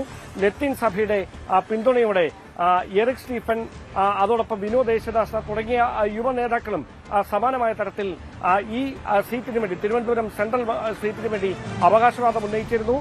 KPCC നേതൃത്വത്തെയും ഹൈക്കമാൻഡ് പ്രതിനിധികളെയുമൊക്കെ നേരിൽ കണ്ടതാണ് തിരുവനന്തപുരം ജില്ലയിൽ നിന്നുള്ള മുതിർന്ന നേതാക്കൾ ഇവിടെ കൈപ്പത്തി ചിഹ്നത്തിൽ നിന്ന് തന്നെ ഒരാളെ മത്സരിപ്പിക്കണമെന്ന ആവശ്യം ഉന്നയിച്ചുകൊണ്ട്. പക്ഷേ പകരം സുരക്ഷിതമായ ഒരു സീറ്റ് CMPക്ക് കൈമാറാൻ കോൺഗ്രസിന് കഴിയാത്ത ഒരു സാഹചര്യം വന്നു. അങ്ങനെ ഒരു പശ്ചാത്തലത്തിലാണ് ഈ അനിശ്ചിതത്വങ്ങൾക്കൊക്കെ വിരാമം ഇട്ടുകൊണ്ട് CMPയുടെ CP ജോൺ തന്നെ തിരുവനന്തപുരം സെൻട്രൽ മണ്ഡലത്തിൽ സ്ഥാനാർത്ഥിയാകുമെന്നുള്ള വിവരം ഇപ്പോൾ പുറത്തുവരുന്നത്. അതായത് തിരുവമ്പാടിയാണ് പകരം ഇവിടെ നിന്ന് പ്രതിഷേധമുയർന്ന സാഹചര്യത്തിൽ തിരുവമ്പാടിയായിരുന്നു പറഞ്ഞു കേട്ട ഒരു സ്ഥലം. പക്ഷേ അവിടേക്ക് VS ജോയിയുടെ പേരിനാണ് മുൻതൂക്കം. ലീഗിന്റെ കയ്യിൽ നിന്ന് സീറ്റ് കോൺഗ്രസ് ഏറ്റെടുത്താൽ VS ജോയി അവിടെ മത്സരിപ്പിക്കുന്നതിനോടാണ് മുതിർന്ന നേതാക്കളിൽ ഒരു വിഭാഗത്തിന്റെ താൽപര്യം. അതുകൊണ്ട് തന്നെയാണ് മറ്റൊരു പകരം സുരക്ഷിതമായ മണ്ഡലം CP ജോണിനായി കണ്ടെത്താൻ നേതൃത്വത്തിന് കഴിയാതിരിക്കുന്ന ഒരു സാഹചര്യം വരികയും ഒടുവിൽ തിരുവനന്തപുരം സെൻട്രൽ മണ്ഡലം ഈ എതിർപ്പുകൾ ഒരു വശത്ത് ഉയരുമ്പോഴും മറുവശത്ത് അത് CP ജോണിന് തന്നെ കൈമാറുക എന്നൊരു തീരുമാനത്തിലേക്ക് നേതൃത്വം എത്തിയത്. എന്തായാലും പ്രാദേശികമായ ചില എതിർപ്പുകളൊക്കെയുണ്ട്. പക്ഷേ അവരെ അനുനയിപ്പിക്കുന്നതിനായി UDF അധികാരത്തിലെത്തുന്ന ഒരു സാഹചര്യമുണ്ടായാൽ VS ശിവകുമാർ ഉൾപ്പെടെ ഉള്ള ഈ സീറ്റിന് വേണ്ടി അവകാശവാദം ഉന്നയിച്ച അല്ലെങ്കിൽ അവസാന നിമിഷം വരെ പരിഗണിക്കപ്പെട്ടിരുന്ന മറ്റ് പേരുകാരെയൊക്കെ ചില പ്രധാനപ്പെട്ട പദവികളിലേക്ക് നിയോഗിക്കും. അങ്ങനെ പ്രശ്നം ഒത്തുതീർപ്പാക്കാനുള്ള നീക്കമാണ് കോൺഗ്രസ് നേതൃത്വം നടത്തുന്നത്. എന്തായാലും CMPക്ക് തിരുവനന്തപുരം സെൻട്രൽ സീറ്റ് നൽകുന്ന കാര്യത്തിൽ ഏറെക്കുറെ ധാരണയായി കഴിഞ്ഞിരിക്കുന്ന ഇനി ഔദ്യോഗികമായ പ്രഖ്യാപനം മാത്രം വന്നാൽ മതി. വലിയ തർക്കങ്ങൾക്ക് ഒടുവിലാണ് ഇങ്ങനെയൊരു തീരുമാനത്തിലേക്ക് UDF എത്തുന്നത്. പ്രതിപക്ഷ നേതാവ് VD സതീശന്റെ പിന്തുണയാണ് CP ജോണിന് ഈ ഒരു വിഷയത്തിൽ തിരുവനന്തപുരം സെൻട്രൽ മണ്ഡലം ഉറപ്പിക്കുന്നതിൽ ഏറ്റവും നിർണായകമായി മാറിയത്. അതാണ് CP ജോൺ. നമുക്കറിയാം തിരുവനന്തപുരം സെൻട്രലിൽ ഒരുപാട് സ്ഥാനാർത്ഥി മോഹങ്ങളുണ്ടല്ലോ ഡാൻ, അത് പ്രധാനമാണല്ലോ. ഇപ്പോൾ നമുക്കറിയാം ശബരിനാഥ് അവിടെ മത്സരിക്കാൻ താല്പര്യപ്പെടുന്നു. VS ശിവകുമാറിന് സീറ്റ് മോഹമുണ്ട്. അങ്ങനെ നിരവധി ആളുകളുണ്ട്. ഇവരെയൊക്കെ എവിടെ ഉൾക്കൊള്ളിക്കുമെന്നുള്ള പ്രശ്നം കൂടി ഉണ്ടല്ലോ. ശിവകുമാറൊക്കെ കഴിഞ്ഞ മത്സരിച്ച് നേരിയ വോട്ടിന് പരാജയപ്പെട്ട ഒരാളാണ്. ഇത്തവണ അവിടെ മത്സരിക്കുമെന്ന് പലരോടും അദ്ദേഹത്തിൻ്റെ അടുപ്പക്കാരോടൊക്കെ പറഞ്ഞ പശ്ചാത്തലമൊക്കെയുണ്ട്. ശബരിനാഥ് കൗൺസിലറാണ് എങ്കിൽ പോലും ഒരു സീറ്റ് നൽകേണ്ട ആവശ്യമുണ്ട്. ശബരിക്ക് അങ്ങനെ ഒരു ഉറപ്പ് പാർട്ടി കൊടുത്തിട്ടുണ്ടെന്നാണ് മനസ്സിലാകുന്നത്. ഇവരെയൊക്കെ എവിടെ അക്കോമഡേറ്റ് ചെയ്യും? അത് കോൺഗ്രസിൽ മറ്റൊരു വിമത ശബ്ദത്തിനിടയാക്കില്ലേ?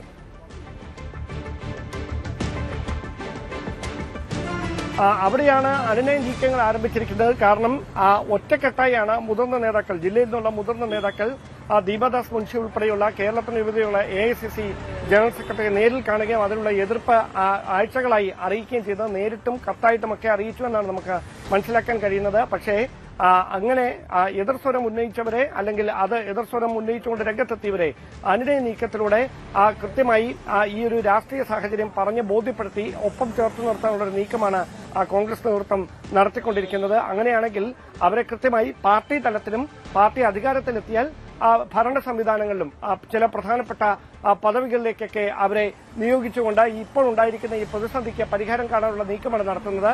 ഇതിൽ ഏറ്റവും പ്രധാനപ്പെട്ട കാര്യം CMPക്ക് അത്ര വലിയ വേരോട്ടമുള്ള ഒരു മണ്ഡലമല്ല തിരുവനന്തപുരം സെൻട്രൽ എന്നതാണ് പ്രധാനമായി ഈ എതിർപക്ഷം ഉന്നയിച്ചിരുന്ന ആക്ഷേപം. അതുകൊണ്ട് തന്നെ കോൺഗ്രസ് പ്രവർത്തകരുടെയും നേതാക്കളുടെയും പ്രാദേശിക തലത്തിലുള്ള താഴെത്തട്ടിലുള്ള പ്രവർത്തകരുടെയും ഒക്കെ പിന്തുണ പൂർണ്ണമായി ഉറപ്പാക്കിക്കൊണ്ട് വലിയൊരു കടുത്ത പോരാട്ടം ഇവിടെ നടത്തുക എന്ന് പറയുന്നതാണ് CP ജോണിന് മുന്നിൽ ശ്രമകരമായ ഒരു ദൌത്യമായി മാറുന്നത്. അതിനെ എതിർക്കാനായി LDF ആരെയാകും ഇനി സ്ഥാനാർത്ഥിയാക്കുക? കാരണം ആന്റണി രാജുവിന് പകരക്കാരനായി ലത്തീൻ സഭയുടെ പ്രതിനിധിയായ ഒരാൾ എത്തുമോ, അതോ കൃത്യമായി അവരുടെ പിന്തുണ ഉറപ്പാക്കിക്കൊണ്ട് മറ്റൊരു പുതിയ സ്ഥാനാർത്ഥിയെ കണ്ടെത്താൻ കഴിയുമോ? ഇതിലൊക്കെ ചില സംശയങ്ങൾ നിലനിൽക്കുന്നുണ്ട്. എന്തായാലും അങ്ങനെ ഒരു സാഹചര്യത്തിലാണ് തിരുവനന്തപുരം സെൻട്രൽ മണ്ഡലത്തിലേക്ക് CMPയുടെ സ്ഥാനാർത്ഥി CP ജോൺ ഈ മണ്ഡലം ഏറെക്കുറെ ഉറപ്പിക്കുന്ന തരത്തിലേക്ക് കാര്യങ്ങൾ എത്തിയിരിക്കുന്നത്. ഇനി എന്തെങ്കിലും അത്ഭുതങ്ങൾ സംഭവിക്കണം, അങ്ങനെയുള്ള സാധ്യതകളൊന്നുമില്ല. CP ജോണിന് തന്നെ ഈ സീറ്റ് കിട്ടുമെന്ന് ഏറെക്കുറെ ഉറപ്പായിരിക്കുന്നുവെന്നാണ് നമുക്ക് ഹൈക്കമാൻഡുമായി ബന്ധപ്പെട്ട് ചർച്ചകൾക്ക് നേതൃത്വം നൽകിയ പ്രധാനപ്പെട്ട ചില നേതാക്കളുടെ ഭാഗത്തു നിന്ന് ലഭിക്കുന്ന സൂചന. അങ്ങനെയെങ്കിൽ എതിർസ്വരം ഉയർത്തിയ പ്രധാനപ്പെട്ട നേതാക്കളെ, പ്രത്യേകിച്ച് VS ശിവകുമാർ, ശരത്ചന്ദ്ര പ്രസാദ്, KS ശബരിനാഥൻ ഉൾപ്പെടെയുള്ള നേതാക്കളെയൊക്കെ പാർട്ടിയുടെയും അതോടൊപ്പം തന്നെ പാർട്ടി അധികാരത്തിലെത്തിയാൽ ഭരണ സംവിധാനത്തിന്റെയും ചില പ്രധാനപ്പെട്ട പദവികളിലേക്ക് നിയോഗിച്ചുകൊണ്ട് ഇപ്പോൾ ഉണ്ടായിരിക്കുന്ന ഈ ഭിന്നസ്വരങ്ങൾക്ക് ഒരു സംയമനം അല്ലെങ്കിൽ അതിനൊരു ശാന്തത കൈവരിപ്പിക്കാനുള്ള ഒരു നീക്കത്തിലേക്കാണ് നേതൃത്വം കടക്കുന്നത്. എന്തായാലും വലിയ എതിർപ്പുകൾക്കിടയിലാണ് ഇങ്ങനെ ഒരു തീരുമാനത്തിലേക്ക് UDF എത്തിയിരിക്കുന്നത് എന്നതാണ് അതിന്റെ രാഷ്ട്രീയ പ്രാധാന്യം വർദ്ധിപ്പിക്കുന്നത്. ശരി, തുടരുക ഡാൻ. കോൺഗ്രസിന്റെ സ്ഥാനാർത്ഥി നിർണയ ചർച്ചകൾ അന്തിമഘട്ടത്തിലാണ് എന്നുള്ള വിവരം കൂടി ഇഘട്ടത്തിൽ പുറത്തു വരുന്നുണ്ട്. മധുസൂദൻ മിസ്ത്രിയുടെ നേതൃത്വത്തിലുള്ള സ്ക്രീനിംഗ് കമ്മിറ്റിയും തലസ്ഥാനത്ത് യോഗം ചേരുന്നുണ്ട്. രാവിലെ 10:00-ക്കാണ് യോഗം നടക്കുക. ഘടകകക്ഷികളുമായുള്ള സീറ്റ് വിഭജന ചർച്ചകൾ എത്രയും വേഗത്തിൽ പൂർത്തിയാക്കി കോൺഗ്രസ് സ്ഥാനാർത്ഥികളുടെ കാര്യത്തിൽ ധാരണയെത്തലാണ് ഇപ്പോൾ നീക്കം. ഡാന്, ഇന്നത്തെ എപ്പോഴേക്ക് ഇപ്പോൾ നമ്മൾ ഈ സതീഷിന്റെ പൊതുയാത്ര അവസാനിച്ചതിന്റെ പിറ്റേ ദിവസം തന്നെ ചില പ്രഖ്യാപനങ്ങൾ ഉണ്ടാകുമെന്നൊക്കെ ആയിരുന്നു വിവരം നൽകിയിരുന്നത്. പക്ഷേ ഇപ്പോൾ അത് കുറച്ചുകൂടി വൈകുകയാണ്. തർക്കങ്ങൾ ബാക്കിയുണ്ടോ? എന്താണ് ഇപ്പോൾ ഈ സ്ഥാനാർത്ഥി നിർണയ പട്ടികയുമായി ബന്ധപ്പെട്ട ഏറ്റവും പുതിയ സ്റ്റേജ്?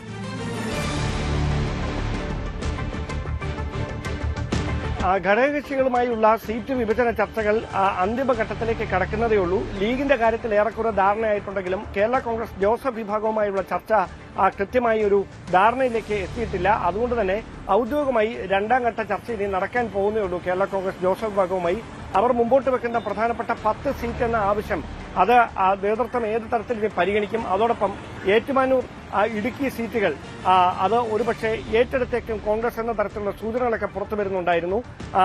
അതോടൊപ്പം തന്നെയാണ് പൂഞ്ഞാർ സീറ്റും ഏറ്റുമാനൂരും വെച്ചുമാറാനുള്ള സാധ്യതകളിലേക്ക് കൂടി നേതൃത്വം ചർച്ചകൾ വഴിതിരിച്ചുവിട്ടത്. പക്ഷേ അതിലൊന്നും കൃത്യമായ ഒരു തീരുമാനം എടുത്തിട്ടില്ല. അങ്ങനെയെങ്കിൽ ഈ സീറ്റുകൾ കോൺഗ്രസ് നേതൃത്വം ഏറ്റെടുക്കാനുള്ള ഒരു താൽപര്യം കേരള കോൺഗ്രസിനെ ഔദ്യോഗികമായി അറിയിച്ചിട്ടില്ല എന്നാണ് കേരള കോൺഗ്രസ് നേതൃത്വം പറയുന്ന മറുപടി. പക്ഷേ അങ്ങനെ ചില ആലോചനകളൊക്കെ നടക്കുന്നുണ്ട്. അങ്ങനെയെങ്കിൽ കേരള കോൺഗ്രസുമായുള്ള സീറ്റ് ചർച്ച കൂടി അന്തിമമാക്കിയതിനു ശേഷം മാത്രമേ സ്ഥാനാർത്ഥി നിർണയവുമായി ബന്ധപ്പെട്ട കോൺഗ്രസിന്റെ അന്തിമഘട്ടത്തിലേക്കുള്ള ചർച്ചകളിലേക്ക് സ്ക്രീനിംഗ് കമ്മിറ്റി കടക്കുകയുള്ളൂ. കഴിഞ്ഞ ദിവസം മധുസൂദൻ മിസ്ത്രിയുടെ നേതൃത്വത്തിൽ പ്രധാനപ്പെട്ട നേതാക്കളൊക്കെ അദ്ദേഹവുമായി കൂടിക്കാഴ്ച നടത്തിയിരുന്നു തലസ്ഥാനത്ത് വെച്ച്.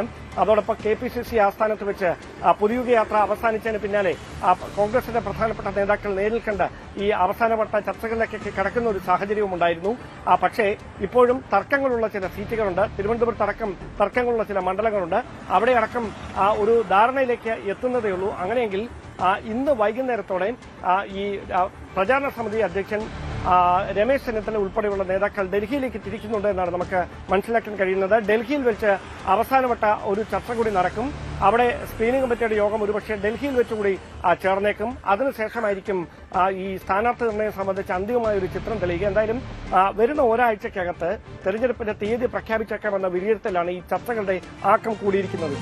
ഇപ്പോൾ ആദ്യഘട്ടമായി ഒരു 50 പേരുടെ ലിസ്റ്റ്, 45-50 പേരുടെ ലിസ്റ്റ് എന്നൊക്കെ ആയിരുന്നല്ലോ ഡാൻ ഒരു കണക്ക് വന്നിരുന്നത്. ഇത് പൂർണ്ണമായും ഒരു ധാരണയിലെത്തുക എന്നുള്ളത് കോൺഗ്രസിനെ സംബന്ധിച്ചിടത്തോളം അത്ര എളുപ്പമാണോ? സിറ്റിംഗ് MLA-മാരുടെ കാര്യത്തിൽ പ്രശ്നമില്ല, ചില തർക്കമില്ലാത്ത മണ്ഡലങ്ങളുടെ കാര്യത്തിൽ പ്രഖ്യാപിക്കാം. പക്ഷേ തർക്കമുള്ള മണ്ഡലങ്ങളുണ്ട്, തീരുമാനിക്കാനുള്ള മണ്ഡലങ്ങളുണ്ട്. അവിടെയൊക്കെ ഒരു ധാരണയായിട്ടുണ്ടോ? ഈ 2-3 പേരുകൾ പോയ ലിസ്റ്റിലുള്ള ആളുകളുണ്ട്. അതൊക്കെ ഹൈക്കമാൻഡിന്റെ ഭാഗത്തുനിന്ന് തീരുമാനത്തിലേക്ക് വരണമല്ലോ.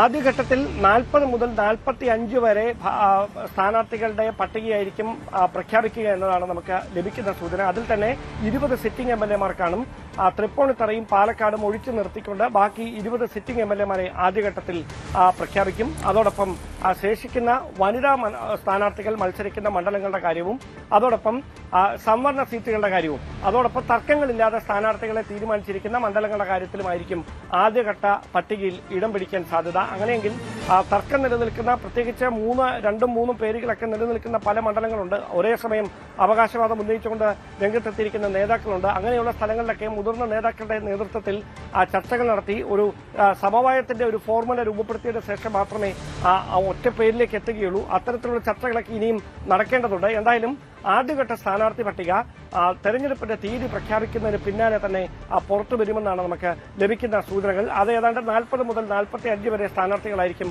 ആദ്യഘട്ടത്തിൽ ഇടം പിടിക്കുക. അത് സംബന്ധിച്ച അനൌദ്യോഗികമായ സൂചനകൾ സ്ഥാനാർത്ഥികളാകുന്ന ഈ നേതാക്കൾക്ക്, ഈ സിറ്റിംഗ് MLA-മാർ ഒഴികെയുള്ളവർക്കും അനൌദ്യോഗികമായ ചില സൂചനകൾ നേതൃത്വത്തിന്റെ ഭാഗത്തുനിന്ന് ലഭിച്ചിട്ടുണ്ടെന്ന വിവരം കൂടി ഈ ഘട്ടത്തിൽ പുറത്തു വരുന്നുണ്ട്. ശരി. ഉമ്മൻചാണ്ടിയുടെ കുടുംബത്തിൽ നിന്ന് മറ്റൊരു സ്ഥാനാർത്ഥി ഉണ്ടാകാനുള്ള സാധ്യത തള്ളി ചാണ്ടിയുമ്മൻ. ആ ചോദ്യത്തിന് ഇപ്പോൾ പ്രസക്തിയില്ലെന്ന് ചാണ്ടിയുമ്മൻ പറഞ്ഞു. ഇപ്പോൾ അങ്ങനെ ചോദ്യം പോലും ഉയരുന്നില്ല. ചോദ്യം ഉയർന്നാൽ ഉത്തരം പറയുമെന്നും ചാണ്ടിയുമ്മൻ പറഞ്ഞു. ന്യൂസ് 18 കേരളത്തിൽ നൽകിയ അഭിമുഖത്തിലാണ് ചാണ്ടിയുമ്മന്റെ പ്രതികരണം. ഇതിനോടുകൂടി വാർത്താ ബുള്ളറ്റിൻ 9 മണി പൂർത്തിയാവുകയാണ്. ന്യൂസ് ട്രെൻഡ്സ് കാണാം ഇതിനുശേഷം. നമസ്കാരം. ഇത്തവണ കുടുംബത്തിൽ നിന്ന് ചാണ്ടിയുമ്മൻ അല്ലാണ്ട് മറ്റൊരു സ്ഥാനാർത്ഥി കൂടി ഉണ്ടാകും. അല്ലാതെ ഇപ്പം ഞാൻ പറഞ്ഞില്ലേ, അങ്ങനെ ഒരു ചോദ്യം ഇപ്പോൾ റൈസ് ചെയ്യേണ്ട ഒരു കാര്യമില്ല. ചോദ്യം വരുമ്പോൾ ഉത്തരം കിട്ടും. സാധ്യതകൾ അങ്ങനെ പ്രചരിക്കുന്നു. ചോദ്യം ഇപ്പം അങ്ങനെയില്ല. ചോദ്യം വരുമ്പോൾ ഉത്തരം കിട്ടും. ചോദ്യം എന്നോട് പാർട്ടി ചോദിക്കും, അപ്പോൾ ഞാൻ അതിന് ഉത്തരം കൊടുക്കും. ഒന്നിൽ കൂടുതൽ ആളുകൾ ഒരു കുടുംബത്തിൽ നിന്ന് മത്സരിക്കുന്നതിന് ചാണ്ടിയുമ്മൻ അനുകൂലിക്കുന്നുണ്ടോ? അല്ല, അത് ഞാൻ പറഞ്ഞില്ലേ, ചോദ്യം വരട്ടെ, അപ്പോൾ ഞാൻ മറുപടി കൊടുക്കും. ഉമ്മൻചാണ്ടിക്ക് അത് ഇഷ്ടമുണ്ടായിരുന്നില്ല എന്നതാണ് കേരള സമൂഹത്തിന് അറിയാവുന്നത്. അത് ചാണ്ടിയുമ്മൻ്റെ പോലും അവസരങ്ങൾ ചില സമയം ചാണ്ടിയുമ്മൻ ആഗ്രഹിച്ച സമയങ്ങളിൽ നഷ്ടപ്പെടുത്തിയിട്ടുണ്ട്. അപ്പോൾ സ്വാഭാവികമായിട്ടും, പക്ഷേ ഒരു വിധത്തിൽ പറഞ്ഞാൽ അതേമാണ് ശരി. അതേ ശരിയാണെന്ന് ചോദിച്ചാൽ ശരിയാണ്, ശരിയല്ലെന്ന് ചോദിച്ചാൽ അത്ര ശരിയല്ല എന്ന് വേണമെങ്കിൽ പറയാം. അപ്പോൾ അതിന് സാധ്യതയുണ്ട്. ശരിയാണോ എന്ന് ചോദിച്ചാൽ ശരിയാണ്, ശരിയല്ലെന്ന് ചോദിച്ചാൽ അത്ര ശരിയല്ല. അപ്പോൾ അതിൽ വിട്ടുവീഴ്ച അല്ലെങ്കിൽ അതിൽ നിന്നൊരു മാറി ചിന്തിക്കാനുള്ളൊരു സാധ്യതയുണ്ട്. ശരിയാണെന്ന് ചോദിച്ചാൽ ശരിയാണ്, ശരിയല്ല ചോദിച്ചാൽ അത്ര ശരിയല്ല. ഈ കാര്യങ്ങൾ വീട്ടിൽ സംസാര വിഷയമാകാറുണ്ടോ? അത് ഇപ്പം അങ്ങനെ ഒരു ചർച്ചയില്ലല്ലോ. ചർച്ച വരുമ്പോൾ അപ്പോൾ CPM-ൽ ഇത്തവണ കുടുംബാധിപത്യം ആണോ എന്ന തരത്തിലുള്ള ചർച്ചകൾ കണ്ണൂർ സീറ്റുകളുമായി ബന്ധപ്പെട്ട് നമ്മൾ വല്ല പാർട്ടിയെക്കുറിച്ച് ചർച്ച ചെയ്യേണ്ട കാര്യമില്ല. അവരെ ഇഷ്ടമുള്ളവരെ തീരുമാനിക്കട്ടെ. ഞാനതിനെക്കുറിച്ച് അഭിപ്രായം പറയുന്നില്ല. കാരണം അവരുടെ രീതി അങ്ങനെ. അവർക്ക് ആരെ അവിടെ മത്സരിപ്പിക്കാം, ആര് മത്സരിച്ചാലും അവരൊരു ന്യായീകരണം കൊണ്ടുവരും. ഇപ്പം ഞങ്ങളുടെ പാർട്ടിയിൽ ആരെങ്കിലും മത്സരിച്ചാലേ പ്രശ്നം വരുന്നുള്ളൂ. ആര് വേണം മത്സരിപ്പിക്കും, ഞാൻ അഭിപ്രായം പറയുന്നില്ല. അവരുടെ പാർട്ടിയിൽ ഇൻറ്റേർണൽ മാറ്ററാണ്. അവർക്ക് ആരെ വേണം മത്സരിപ്പിക്കുക. ഞാൻ ഫുൾ ഫ്രീഡം ഞാൻ എന്നെ തന്നെ കൊടുക്കുക അവർക്ക്. കാരണം ഞാൻ അഭിപ്രായം പറയുന്നില്ല എന്നുള്ളത്. അവിടെ എതിർത്ത് പറയുകയാണെങ്കിൽ നമ്മൾ അങ്ങനെ അല്ലാതിരിക്കണം, അങ്ങനെ ആകില്ല എന്ന് ഉറപ്പുള്ളത് കൊണ്ടാണോ അത്? അവർ ഇഷ്ടമുള്ള ചെയ്തോട്ടെന്നേ. അവരുടെ പാർട്ടിയല്ലേ. അവരുടെ പാർട്ടിക്ക് അവർക്ക് ഇഷ്ടമുള്ളത് ചെയ്യാം. അതേ കാര്യം മറ്റൊരു പാർട്ടിക്കാർ ചെയ്താൽ അതിന് ന്യായീകരണമായിട്ട് വരും. അപ്പോൾ അതിനുള്ള സാധ്യതകൾ പൂർണ്ണമായും എന്തായാലും ചാണ്ടിയുമ്മൻ തള്ളിക്കളയുന്നില്ല. ഏതിനുള്ള സാധ്യത? ഒരാൾ കൂടി വീട്ടിൽ നിന്ന് കുടുംബത്തിൽ നമ്മളെന്താ സംസാരിച്ചുകൊണ്ട് CPM-ന്റെ കാര്യമല്ലേ പറഞ്ഞു. അതിനെക്കുറിച്ചാണ് ഞാൻ പറഞ്ഞുകൊണ്ടിരിക്കുന്നത്. അതായത് അവർക്ക് ഇഷ്ടമുള്ളവരെ മത്സരിപ്പിക്കുക. അവരുടെ പാർട്ടി സെക്രട്ടറിയോ അവരുടെ നേതാക്കന്മാരുടെ കുടുംബങ്ങളിൽ നിന്നോ ആർക്ക് വേണം മത്സരിപ്പിച്ചുകൂടെ? അവർക്ക് ഈസി ആയിട്ട് ജയിക്കുന്ന സ്ഥലങ്ങൾ. Okay, CPM മത്സരിപ്പിച്ചോട്ടെ. ഉമ്മൻചാണ്ടി കുടുംബത്തിൽ നിന്ന് ഒരാൾ കൂടി മത്സര രംഗത്തുണ്ടാകാനുള്ള സാധ്യത ചാണ്ടിയുമ്മൻ തള്ളുന്നില്ല. ഞാനിപ്പോൾ അതിനെക്കുറിച്ച് ഞാൻ നേരത്തെ ഒരു ഇന്റർവ്യൂവിൽ പറഞ്ഞ പോലെ 6 എത്തിയിട്ട് പാലം അന്വേഷിക്കുന്നത്, 6 എത്തുന്നതിന് മുമ്പ് ഞങ്ങൾ അന്വേഷിക്കുന്നത്. നോ ഇല്ല അപ്പോഴും. ഓക്കെ.